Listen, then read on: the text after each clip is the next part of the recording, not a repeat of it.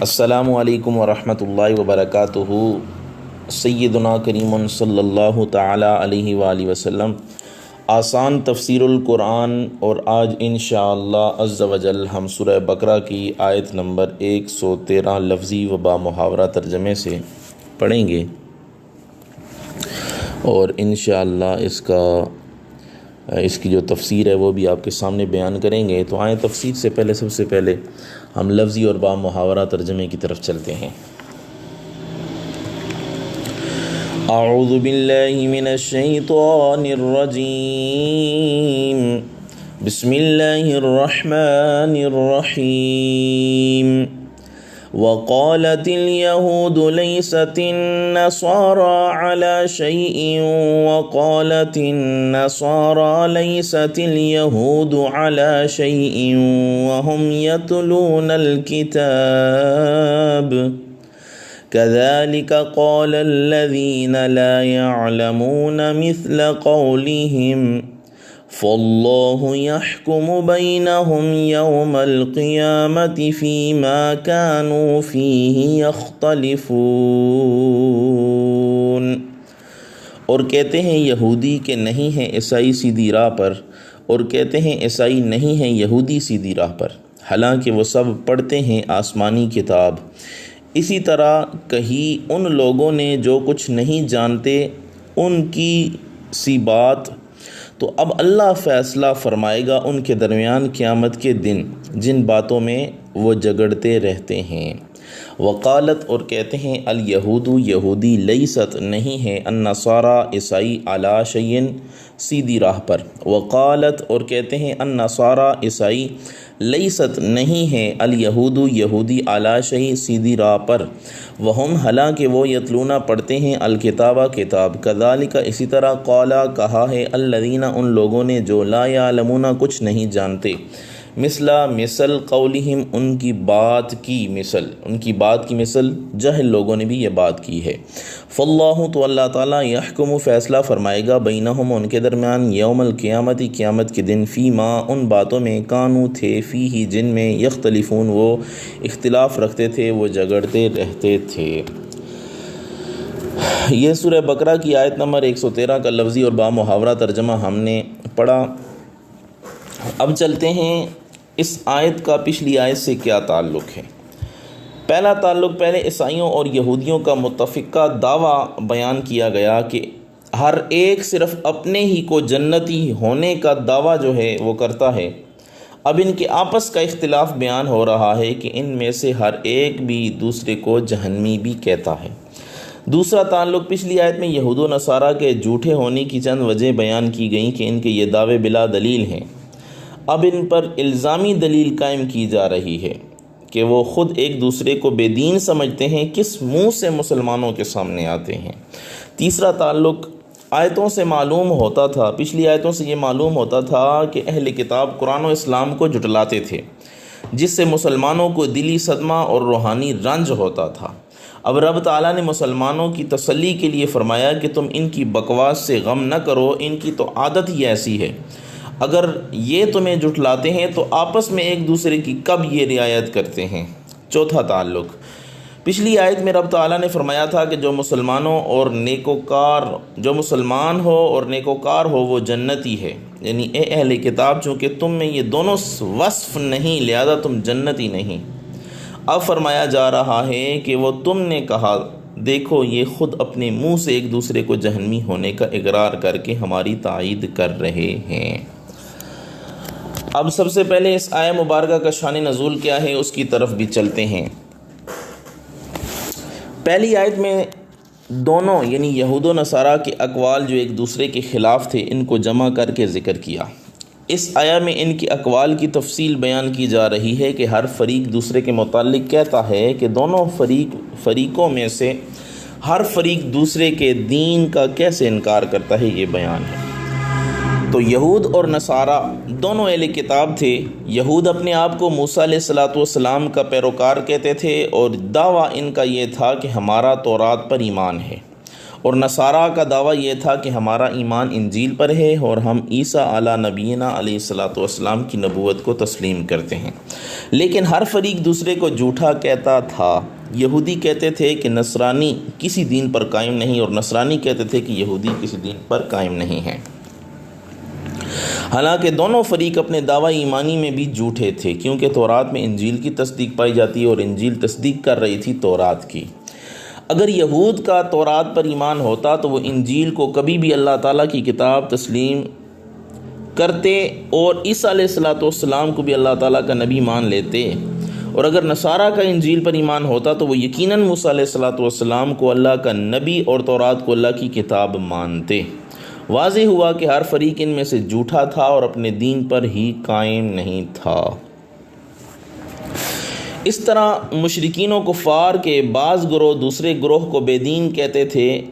کہ یہ تو کسی چیز پر قائم نہیں، یہ جو دنیا میں اختلاف کر رہے ہیں، قیامت کے دن اللہ تعالیٰ ان کے درمیان فیصلہ فرما دے گا اور وہ فیصلہ یقیناً ہر ایک کے خلاف ہوگا،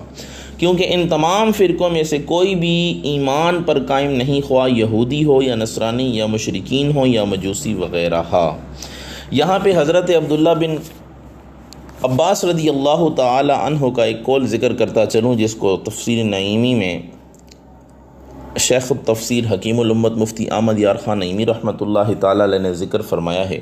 آپ فرماتے ہیں کہ حضرت عبداللہ بن عباس رضی اللہ تعالی عنہ فرماتے ہیں کہ صدقوا واللہ، کہ اللہ کی قسم یہ یہودی بھی سچے ہیں، عیسائی بھی سچے ہیں، یعنی یہ جو بات کہہ رہے ہیں اس بات میں دونوں سچے ہیں۔ کیوں؟ ایک کہہ رہا ہے کہ یہودی کسی دین پر نہیں اور دوسرے کہہ رہے ہیں نصارہ کسی دین پر نہیں، تو یہ دونوں سچے ہیں کیونکہ یہ دونوں کسی دین پر نہیں۔ اسی آیت کے متعلق امام اعظم ابو حنیفہ رحمۃ اللہ تعالی علیہ نے آپ سے کسی نے پتہ کیا کہ یہودی، اس آیت کے بارے میں پوچھا کہ یہودی سچ کہتے ہیں یا عیسائی سچ کہتے ہیں، تو امام اعظم ابو حنیفہ رحمۃ اللہ تعالی علیہ نے فرمایا دونوں سچے ہیں۔ پوچھا گیا کیسے؟ فرمایا کہ دونوں ایک دوسرے کو یہ کہتے ہیں کہ تم کسی دین پر نہیں ہو، تو وہ دونوں سچے ہیں۔ اب یہاں پہ اس کی تھوڑی سی تفصیل بھی بیان کرتا چلوں۔ اللہ تعالیٰ نے یہود و نصارہ کی اس جاہلانہ گفتگو کے جواب میں فرمایا یہ دونوں گروہ کتاب یعنی تورات و انجیل کے پڑھنے والے ہیں، ان دونوں کی تعلیمات یکساں ہیں، دونوں میں توحید و رسالت، قیامت، جنت، نار، انبیاء، ملائکہ وغیرہ کا بیان موجود ہے۔ پھر ان کا ایک دوسرے سے کہنا کہ تمہارے پاس کوئی سچی بات نہیں، تم رائے حق پر نہیں، کس قدر جاہلانہ بات ہے۔ اللہ نے انہیں شرم دلاتے ہوئے، آر دلاتے ہوئے کہا کہ تم سے پہلے کچھ ان پڑھ لوگوں نے ایسی باتیں کی تھیں، یعنی ہجرت سے قبل مشرکین مکہ نے جو ان پڑھ تھے کہا تھا کہ محمد صلی اللہ تعالیٰ علیہ وآلہ وسلم کے پاس کچھ نہیں ہے، مگر وہ تو ان پڑھ تھے، ان کے پاس کوئی کتاب نہیں تھی۔ اگر کتاب والے لوگ بھی ایسی بات کہیں تو ان کے لیے شرم کا مقام ہے۔ یہاں سے یہ فائدہ حاصل ہو رہا ہے کہ عالم کا گناہ جاہل کے گناہ سے بدتر ہے اور سنگین ہے۔ اللہ تعالیٰ نے یہود و نصارہ کو یہاں شرم دلائی کہ وہ کتاب کے عالم ہو کر جاہلوں والی بات کہتے ہیں، اور سنن دارمی میں ایک حدیث پاک ہے، کریم آقا صلی اللہ تعالیٰ علیہ وآلہ وسلم کے فرمان کا مفہوم ہے کہ سب سے برے لوگ علماء ہیں اگر وہ اپنے علم پر عمل نہ کریں، مفہوم اس کا یہ ہے، اور سب سے اچھے لوگ بھی علماء ہیں اگر وہ اپنے علم پر عمل کریں۔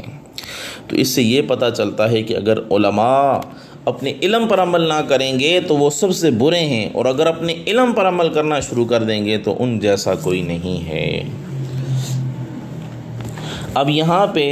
اس آیت کا شان نزول مدینہ طیبہ کے یہود کے علماء اور نجران کے نصارہ کا ایک دوسرے سے مناظرہ ہوا، اور ان کا یہ مناظرہ نبی کریم صلی اللہ تعالیٰ علیہ وآلہ وسلم کے پاس تھا۔ حتی ارتفعت اصواتهم فقال لهم اليهود ما انتم على شيء من الدين وكفروا بعيسى والانجيل وقالت لهم النصارى ما انتم على شيء من الدين كفروا بموسى والتوراة فنزلت۔ یہاں تک کہ ان کی ایک دوسرے سے آوازیں بلند ہونے لگیں۔ یہود نے نجران کے عیسائیوں کو کہا تم کسی دین پر نہیں، اور انہوں نے عیسیٰ علیہ الصلاۃ والسلام اور انجیل سے کفر کیا، اور نصارہ نے کہا کہ تم کسی دین پر نہیں ہو، انہوں نے موسیٰ علیہ السلام اور تورات سے کفر کیا۔ اس وقت یہ آیہ کریمہ نازل ہوئی۔ اب یہاں پہ ایک تنبیہ بھی ملاحظہ فرمائیں کہ جب ایک دوسرے پر الزام تراشی مقصود ہو اور ہر ایک فریق کی کوشش ہو کہ میری بات صحیح ہو یا غلط ہو اسے تسلیم ہی کیا جائے تو اسے مناظرہ نہیں کہا جاتا، کیونکہ مناظرے میں درست راہ کو تلاش کرنا مقصود ہوتا ہے۔ دونوں فریق اپنے اپنے دلائل پیش کرتے ہیں، جو درست بات ہوتی ہے، جو دونوں کو درست لگتی ہے اس پہ عمل کر لیتے ہیں، دلیل سے ایک دوسرے کو قائل کرتے ہیں، ضد اور ہٹ درمی سے اپنی بات منواتے نہیں۔ اور اگر اظہار ثواب یعنی درست اظہار مقصود ہی نہ ہو بلکہ صرف جھگڑا اور شور و غل مقصد ہو تو اسے مجادلہ اور مکابرہ تو کہا جا سکتا ہے، مناظرہ نہیں کہا جا سکتا۔ تو بات بات پر مناظرے کا چیلنج کرنے والے در حقیقت جہلاء ہوتے ہیں، جو جاہل لوگوں میں سستی شہرت حاصل کرنے کی کوشش کرتے ہیں۔ اللہم انا نعوذ بک من المنافقین المجادلین، اللہ تعالی ہمیں ایسے جھگڑنے والے منافقین سے جو ہے وہ محفوظ فرمائے۔ اب یہاں پہ فرقوں کے بارے میں بات چلی تو ملت اسلامیہ کے بیان اور اسلامی فرقوں کی تحقیق کے بارے میں غلام رسول سعیدی رحمۃ اللہ تعالی علیہ آپ اپنی تفسیر تبیان القرآن میں فرماتے ہیں کہ امام ترمذی رحمۃ اللہ تعالی علیہ روایت کرتے ہیں، ایک حدیث پاک نقل کرتے ہیں کہ حضرت ابو ہریرہ رضی اللہ تعالیٰ عنہ بیان کرتے ہیں رسول اللہ صلی اللہ تعالی علیہ وآلہ وسلم نے فرمایا کہ یہود 71 یا 72 فرقوں میں بٹ گئے تھے، اسی طرح نصارہ اور میری امت 73 فرقوں میں بٹے گی۔ اور حضرت ابن عمر کی روایت میں ہے کہ یہ سب جہنم میں جائیں گے سوائے ایک ملت کے۔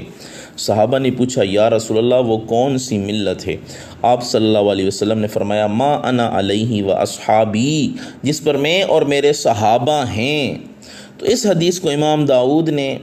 اسی طرح امام ابن ماجہ نے، اسی طرح امام احمد بن حنبل نے، امام دارمی نے، امام طبرانی نے، اس طرح امام حاکم نے اور امام ابن عساکر نے جو ہے وہ اپنی اپنی کتابوں میں اس کو ذکر کیا ہے۔ اب یہاں علامہ طیبی رحمۃ اللہ تعالی علیہ لکھتے ہیں سنن ابی داؤد کی صحیح روایت میں کہ عنقریب میری امت کے 73 فرقے ہوں گے، 72 فرقے جہنم میں ہوں گے اور ایک فرقہ جنت میں ہوگا۔ اب شیخ ابن قیم الجوزیہ یہ لکھتے ہیں کہ رسول اللہ صلی اللہ علیہ وسلم نے ان فرقوں کو میری امت فرمایا ہے، اس میں یہ دلیل ہے کہ یہ تمام فرقے دین سے خارج نہیں ہیں، اور اس میں یہ دلیل ہے کہ جو فرقہ کسی تعویل سے کوئی نظریہ رکھے وہ ملت سے خارج نہیں ہوگا، خواہ اس نے تعویل میں خطا کی ہو۔ اسی طرح علامہ محمد بن علی بن محمد حسکفی رحمۃ اللہ تعالی علیہ کا قول نقل فرماتے ہوئے لکھتے ہیں کہ اہل قبلہ میں سے کسی کی تکفیر نہیں کی جائے گی، حتیٰ کہ خوارج کی بھی تکفیر نہیں کی جائے گی، جو ہمارے قتل کو اور ہمارے مال کو مباح سمجھتے ہیں اور اصحاب رسول کو برا کہنا جائز سمجھتے ہیں اور اللہ کی صفات اور اس کے دکھائی دینے کا انکار کرتے ہیں، کیونکہ ان کی یہ عقائد کسی تعویل اور شبہ پر مبنی ہیں۔ ما سوا خطابیہ کے ان سب کی شہادت مقبول ہے اور ہمارے بعض علماء نے ان کی تکفیر کی ہے۔ اور علامہ شامی رحمۃ اللہ تعالی علیہ نے لکھا ہے کہ معتمد مذہب تکفیر کے خلاف ہے، اور اگر اس نے ضروریات دین میں سے کسی چیز کا انکار کیا تو اس کی تکفیر کی جائے گی۔ اب علامہ شامی رحمۃ اللہ علیہ علامہ ابن حمام نے التحریر اور اواخر میں لکھا ہے کہ معتزلہ جو اللہ کی صفات، عذاب قبر، شفاعت اور اللہ کے دیدار کا انکار کرتے ہیں، ان کی تکفیر نہیں کی جائے گی، کیونکہ وہ ان امور میں قرآن، حدیث اور عقل سے استدلال کرتے ہیں، کیونکہ اہل قبلہ کی تکفیر منع ہے اور ان کی شہادت قبول کرنے پر اجماع ہے۔ اور جو شخص بغیر دلیل کے محض ہٹ درمی سے کسی مصیبت کو یا کسی معصیت قطعیہ کو، یعنی کسی ایسے گناہ کے جو نص سے قطعی سے ثابت ہو کو حلال سمجھے تو وہ کافر ہے۔ جیسے شراب جو ہے وہ حلال ہے، وہ جو ہے وہ نص قطعیہ سے حرام ہے، تو اب کوئی اگر کہے کہ شراب حلال ہے تو وہ کافر ہے، برخلاف اس کے جو دلیل شرعی سے ایسا سمجھے اور بدعتی کو اس کی دلیل میں خطا یا خطاً لاحق ہوئی ہے، وہ ہٹ درمی سے ایسا نہیں کرتا۔ تو جو بدعتی ہے تو وہ بھی جو ہے وہ ایسا کام کر جاتا ہے کہ حلال چیزوں کو بھی کسی غلط تعویل یا اس سے جو خطا ہوتی ہے اس کی وجہ سے جو ہے وہ حلال چیزوں کو بھی اس سے منع کرتا ہے۔ اب علامہ شامی رحمۃ اللہ علیہ فرماتے ہیں کہ جو شخص اناد یعنی بغیر دلیل کے کسی وجہ سے ادلہ قطعیہ کا انکار کرے، ادلہ قطعیہ یعنی وہ دلائل جو قطعی طور پر ثابت ہیں ان کا انکار کرے جن میں کوئی شبہ نہ ہو، مثلا جو شخص حشر اور حدوث عالم کا انکار کرے تو وہ قطعاً کافر ہے، اور جو شخص کسی شبے کی وجہ سے کسی عقیدہ ثابتہ کا انکار کرے، جیسے معتزلی اللہ کی جلالت اور عظمت کی وجہ سے اس کے دیدار کا انکار کرتا ہے، تو وہ کافر نہیں، کیونکہ اس کا انکار ایک شبے پر مبنی ہے، خواہ وہ شبہ فاسد ہو۔ اور ہر وہ شخص جو ہمارے قبلے کی طرف منہ کر کے نماز پڑھتا ہے، اس کی بدعت کسی شبے پر مبنی ہے، اس کو کافر نہیں کہا جائے گا۔ البتہ جو حشر، حدوث عالم اور دیگر ضروریات دین کا انکار کرے، اس کے کفر میں شک نہیں ہے۔ یہاں پہ آخر میں جو ہے مولا علی قاری رحمۃ اللہ تعالی علیہ جو ہے ان کا قول نقل کرتا چلوں، انہوں نے اس حدیث کی شرح میں بیان فرمایا ہے، اس حدیث میں اس امت کے 73 فرقوں کا ذکر ہے۔ اس میں علماء کا اختلاف ہے کہ اس سے مراد امت دعوت ہے یا امت اجابت ہے۔ امت دعوت سے مراد تمام دنیا کے لوگ جن کو نبی کریم صلی اللہ علیہ وسلم نے اسلام کی دعوت دی، اور امت اجابت سے مراد وہ لوگ جنہوں نے نبی کریم صلی اللہ علیہ وسلم کی دعوت کو قبول کر لیا۔ اکثر علماء کی رائے یہی ہے کہ اس سے مراد امت اجابت ہے۔ ترمذی کی روایت میں ہے، صحابہ نے پوچھا یا رسول اللہ وہ کون سی ملت ہے؟ آپ نے فرمایا جس طریقے پر میں اور میرے صحابہ ہیں، اور یہ نجات پانے والے اہل سنت و جماعت ہیں، اور باقی فرقے بدعتی ہیں۔ تو یہ حضور علیہ الصلوۃ والسلام نے جو فرمایا جس راستے پر میں اور میرے صحابہ ہیں، تو مولا علی قاری فرماتے ہیں یہ نجات پانے والے جو ہیں وہ اہل سنت و جماعت ہیں، اور باقی فرقے بدعتی ہیں۔ اور شرح مواقف میں مذکور ہے کہ اصل میں کل 8 فرقے ہیں، اور باقی ان کی فرع یعنی ان کی شاخیں ہیں۔ ایک فرقہ معتزلہ، یہ اس کے قائل ہیں کہ انسان اپنے افعال کا خود خالق ہے، یہ نیک لوگوں کے لیے ثواب اور بدکاروں کے لیے عذاب کے وجوب کے قائل ہیں، یعنی انہیں لازمی جو ہے وہ اللہ تعالیٰ پہ لازم ہے کہ ان کو سزا دے گا، اور اللہ تعالیٰ پہ لازم ہے کہ نیکوکاروں کو جنت میں بھیجے گا، اور رؤیت باری تعالیٰ اور شفاعت کا انکار کرتے ہیں۔ پھر ان میں سے آگے جو ہے اس کے 20 فرقے ہیں۔ شیعہ، یہ حضرت علی کی محبت میں افراط کرتے ہیں، اور خلفائے ثلاثہ کی خلافت کا انکار کرتے ہیں، اور صحابہ کرام پہ لعنت اور سب و شتم یعنی انہیں گالی گلوچ کرتے ہیں، اور ان کے 22 فرقے ہیں شیعوں میں۔ خوارج، یہ حضرت علی اور حضرت معاویہ رضی اللہ تعالی عنہما کو کافر کہتے ہیں، گناہ کبیرہ بلکہ صغیرہ کے مرتکب کو بھی جو ہے وہ کافر کہتے ہیں، اور ان کے 20 فرقے ہیں۔ مرجیہ، ان کے نزدیک ایمان لانے کے بعد گناہ کرنے میں کوئی حرج نہیں ہے، ان کے 5 فرقے ہیں۔ اور نجاریہ، یہ اللہ کے کلام کو حادث مانتے ہیں اور اس کی صفات کو نہیں مانتے، البتہ انسان کے افعال کو مخلوق مانتے ہیں، ان کے 3 فرقے ہیں۔ جبریہ، جو انسان کو مجبور ماض کہتے ہیں، ان کا 1 فرقہ ہے۔ مشبہہ، یہ اللہ کے جسم کو جو ہے وہ جسم اللہ تعالیٰ کے جسم کو مانتے ہیں، یعنی اللہ تعالیٰ تو اعضاء سے پاک ہے، جسم سے پاک ہے، تو یہ اللہ کے جسم کو مانتے ہیں۔ فرقہ ناجیہ، یہ اہل سنت و جماعت ہے جو نجات پانے والا ہے۔ تو مولا علی قاری رحمۃ اللہ تعالی علیہ نے باطل فرقوں میں شیعہ کے علاوہ جتنے فرقے ذکر کیے ہیں یہ سب مردہ مذاہب ہیں، یعنی یہ سب ختم ہو چکے ہیں، اب دنیا میں ان کا کوئی ماننے والا نہیں ہے۔ البتہ کچھ نئے مذاہب وجود میں آ گئے ہیں، جیسے شیخ ابو سلیمان بن داؤد علی ظاہری، جن کی وفات 307 ہجری ہوئی۔ ان کے پیروکار عرف میں غیر مقلدین یعنی اہل حدیث کہلاتے ہیں۔ یہ ائمہ کی تقلید کو شرک کہتے ہیں، یعنی امام اعظم ابو حنیفہ، امام احمد بن حنبل، امام مالک، امام شافعی رحمۃ اللہ تعالی علیہ کے ماننے والوں کو یہ جو ہے وہ کہتے ہیں کہ یہ مشرک ہیں، شرک ہیں۔ اور عقائد اور افکار میں جو ہے وہ شیخ ابو العباس احمد بن ابن تیمیہ متوفہ 728 ہجری کے متبع ہیں، یعنی تابع ہیں، اور خصوصاً انکار توسل میں یعنی انکار توسل حضور علیہ الصلوۃ والسلام کا وسیلہ لے کے دعا کرنے، اس کا انکار کرتے ہیں۔ اور شیخ محمد بن عبد الوہاب نجدی، جو ایک بہت ہی گمراہ شخص تھا، جس کی سن وفات جو ہے وہ 1206 ہجری ہے، کہ پیروکار ہیں، اور یہ انبیاء علیہ الصلوۃ والسلام کی حیات بعد الوفات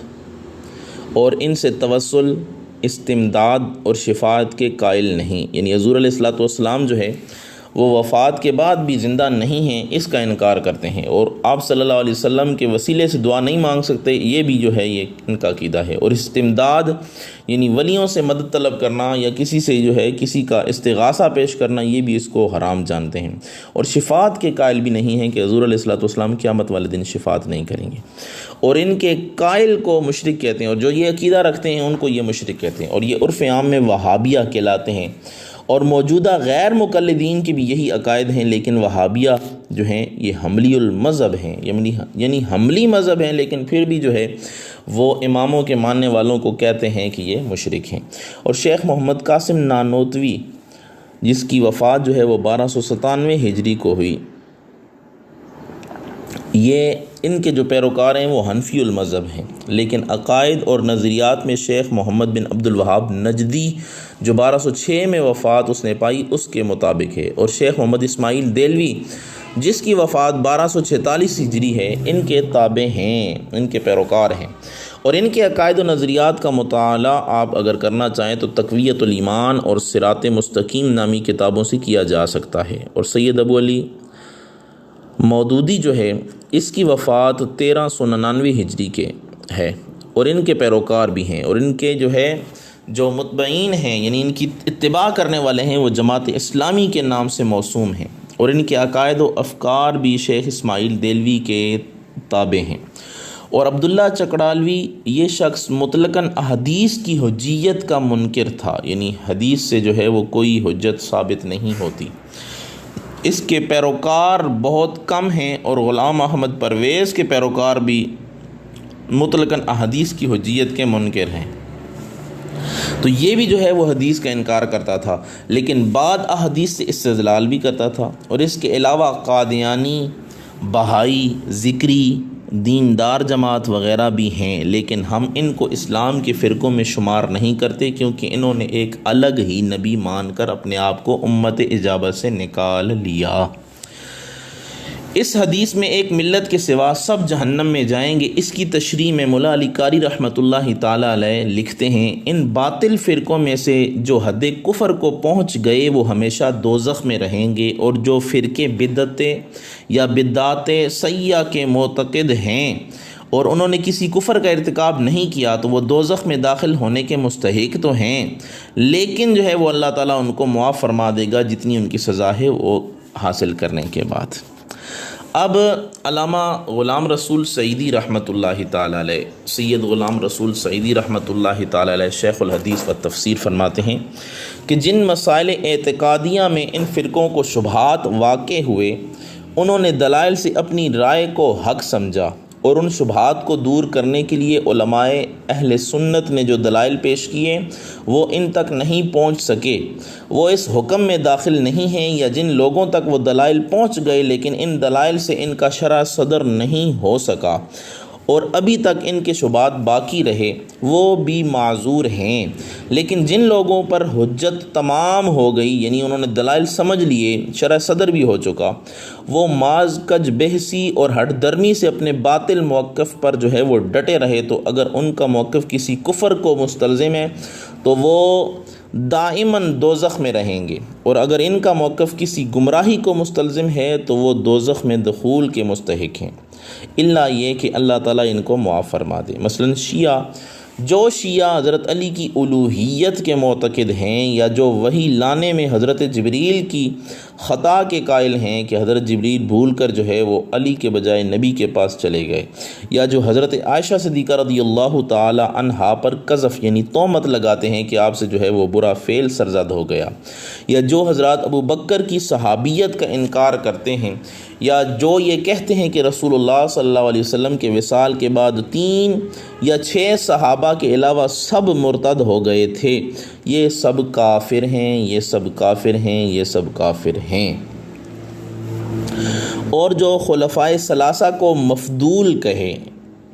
یعنی حضرت علی کو ان تینوں سے افضل کہے، یا ان پر جو ہے وہ سب و شتم کرے، یعنی صحابہ کو گالی گلوچ دے، وہ کافر نہیں ہے، لیکن وہ بدترین فسق اور گمراہی میں مبتلا ہے۔ اسی طرح جن لوگوں نے اپنی کتابوں میں نبی صلی اللہ علیہ وسلم کی شان میں صریح کفر یا عبارات لکھی وہ کافر ہیں، اور جو لوگ ان عبارت پر یا جو لکھی گئیں عبارات ہیں ان پر مطلع ہو گئے، ان پر وجہ کفر منکشف ہو گئی، جو وجہ کفر تھی وہ ظاہر ہو گئی، لیکن وہ مذہبی تعصب اور ہٹ درمی سے ان عبارات کو صحیح کہتے ہیں، وہ بھی کافر ہیں۔ لیکن جو لوگ ان عبارات پر مطلع نہیں یا ان پر وجہ کفر منکشف نہیں ہوئی اس لیے وہ تکفیر نہیں کرتے، تاہم اس قاعدے سے وہ لوگ مستثنی ہیں جن کی تکفیر پر پوری ملت اسلامیہ کا اجماع ہے، جیسے مرزائیہ کا قادیانی گروپ اور لاہوری گروپ، یا اور کوئی ایسا فرقہ جس کی تکفیر پر پوری ملت اسلامیہ متفق ہو اور اس کی تکفیر واضح اور غیر مشتبہ ہو، اور بعض اعتقادی مسائل میں شبہ کی وجہ سے اختلاف کرتے ہیں، مثلا علم غیب، تصرف میں ذاتی اور عطائی کا فرق نہیں کرتے، یا بدعت حسنہ کا انکار کرتے ہیں، یا رسول اللہ پر جو ہے وہ نور کا اطلاق نہیں کرتے، یا استمداد اور ندائے غیر اللہ کو ناجائز کہتے ہیں، لیکن رسول اللہ صلی اللہ علیہ وسلم کے علم کی وسعت، آپ کے معجزانہ تصرفات اور آپ کی علمی روحانی اور بعض مواقع پر حسی نورانیت کے قائل ہیں تو آپ کی حیات کے معتقد ہیں، اور قبر انور پر آپ کی شفاعت طلب کرنے اور یا رسول اللہ کہنے کے معتقد ہیں، ان پر کفر کا حکم نہیں ہے۔ ان مسائل میں اختلاف محض فروعی ہے، جسے بعض امور جیسے جو ہے وہ بعض امور ائمہ ثلاثہ کے نزدیک ناجائز ہیں اور امام اعظم ابو حنیفہ کے نزدیک جائز ہیں، یا اس کے برعکس۔ یہ فتاوی رضویہ میں جو ہے وہ لکھا ہوا ہے، جس کو غلام رسول سعیدی رحمۃ اللہ تعالی علیہ نے اپنی تفسیر میں ذکر کیا ہے۔ اب یہاں پہ امام احمد رضا خان کا فاضل بریلی رحمۃ اللہ تعالی علیہ لکھتے ہیں کہ ان کے کفر میں شک ہی کرے تو خود ہی کافر، جبکہ ان کے خبث اقوار پر مطلع ہو، یعنی وہابیہ کے جو ہے کفریہ عبارتیں ہیں جو ان پر مطلع ہو جائیں، اب جو شک کرے گا تو وہ خود بھی کافر ہو جائے گا۔ اب یہاں پہ ہی علامہ سید احمد سعید کاظمی غزالی زماں قدس سرہ العزیز لکھتے ہیں کہ ہم کسی دیوبندی یا لکھنوی والوں کو کافر نہیں کہتے، ہمارے نزدیک صرف وہی لوگ کافر ہیں جنہوں نے معاذ اللہ تعالیٰ کے رسول و محبان ایزدی کی شان میں صریح گستاخیاں کیں، اور باوجود تنبیہ شدید کے انہیں تنبیہ شدید کی گئی، اس کے باوجود انہوں نے گستاخیوں سے توبہ نہیں کی۔ نیز وہ لوگ جو ان کی گستاخیوں کو حق سمجھتے ہیں اور گستاخیاں کرنے والے کو اہل حق مومن اپنا مقتدا اور پیشوا مانتے ہیں، اور بس ان کے علاوہ ہم کسی مدعی اسلام کی تکفیر نہیں کرتے۔ ایسے لوگ جن کی ہم تکفیر کرتے ہیں، اگر ان کو ٹٹولا جائے تو وہ بہت قلیل اور معدود افراد ہیں، اور ان کے علاوہ نہ کوئی دیوبند کا رہنے والا کافر ہے، نہ لیگی، نہ ندوی، ہم سب مسلمانوں کو مسلمان سمجھتے ہیں۔ لیکن یہ ساری مقالات کاظمی باتیں لکھی ہوئی ہیں، لیکن یہ بات آپ نے سب نے یاد رکھنی ہے کہ جو دیوبندی وہابی اپنے اشرف علی تھانوی، اسماعیل دہلوی، شیخ عبدالوہاب نجدی یا جو بڑے انہوں نے گستاخیاں لکھی ہیں اس کو پڑھ کے سمجھ کے صحیح مانتے ہیں محض ہٹ درمی کی وجہ سے، تو وہ دائرہ اسلام سے خارج ہو جائیں گے۔ اب یہاں پہ اس آیہ مبارکہ میں ہمیں کیا فوائد حاصل ہوتے ہیں تو یہ بھی ذرا ہم جان لیتے ہیں۔ اس آیت سے چند فائدے حاصل ہوئے۔ پہلے، کفار سے صحیح نیت سے مناظرہ کرنا باعث ثواب ہے، اور جھگڑے کے ارادے اور ایک دوسرے کو ہرانے کے لیے مناظرہ کرنا برا، اور یہ یہودیوں کا اور نصارہ کا طریقہ ہے۔ پچھلی آیت میں تو مسلمانوں کو کفار سے مناظرہ کرنے کا حکم دیا گیا، اور اس آیت میں ان کے آپس کے مناظرے کی برائی بیان ہوئی، بلکہ اس مناظرے کو مسلمانوں کے لیے الزامی جواب بتایا گیا، لہذا اس زمانے کے عام مناظروں سے پرہیز کیا جائے کہ ان میں ضد اور ہٹ درمی کے سوا کچھ نہیں ہوتا۔ دوسرا فائدہ، بدنیت مناظر کبھی ایسی بات کہہ جاتا ہے کہ جو خود اس کے بھی خلاف ہوتی ہے، جیسے یہاں عیسائیوں اور یہودیوں نے ایک دوسرے سے کہہ ڈالا کہ تمہاری کوئی بات سچی نہیں، تم کسی سیدھی راہ پر نہیں، حالانکہ ان کے عقیدے کی بھی خلاف ہے، کیونکہ ان کی کتابوں میں جو ہے وہ ایک دوسرے کے نبی کی تصدیق تھی۔ اور مناظرے میں بہت سوچ سمجھ کر منہ سے بات نکالنی چاہیے۔ اگر رافضی شیعہ مناظر حضرات جو ہیں وہ شیخین کا انکار کر دے تو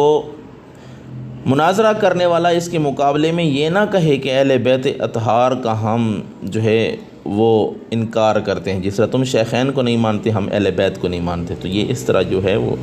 دھیان رکھنا ہے۔ تیسرا فائدہ، مناظرے کے لیے حکم ہونا چاہیے کہ اللہ تعالیٰ نے اہل کتاب کا مناظرہ یہاں فرما کر اپنی حکومت کا ذکر فرمایا ہے، تو مناظرے کے لیے ایک ثالث بندے کا ہونا ضروری ہے، ایک حاکم کا ہونا ضروری ہے جو دونوں کے درمیان فیصلہ کر سکے۔ چوتھا فائدہ، مناظر کو چاہیے کہ مقابلے یا جو سامنے والا حریف ہے اس کی کتابوں پر نظر رکھے اور ان کے دین وغیرہ سے واقف بھی ہو۔ دیکھیں رب تعالیٰ نے مسلمانوں کو کفار کی بکواس سنا کر یاد کرایا تاکہ انہیں مناظرے میں کام آئے، یعنی کفار نے جو بکواس کی تھی اللہ تعالیٰ نے مسلمانوں کو بتایا کہ یہ کفار کہہ رہے ہیں اور انہیں جو ہے مناظرے میں کام آئے گی۔ اب پانچواں فائدہ، متعصب جو عالم ہے وہ جاہل کی مثل، بلکہ اس سے بھی بدتر ہے کہ اس کے کسی قول کا اعتبار نہیں ہے، کیونکہ وہ تعصب اور ہٹ درمی کی وجہ سے حق بات کو بھی چھوڑ دے گا۔ اللہ سے دعا ہے اللہ تعالی ہم سب کو علم دین صحیح معنوں میں سمجھنے کی توفیق عطا فرمائے، اور سب سے قیمتی ہمارے پاس جو جوہر اور موتی ہے وہ ہے ایمان۔ اللہ تعالی ہمیں اپنے ایمان کو سلامت رکھنے کی توفیق عطا فرمائے اور ہم پہ ہمیشہ کرم فرمائے، آمین برحمتک یا ارحم الراحمین۔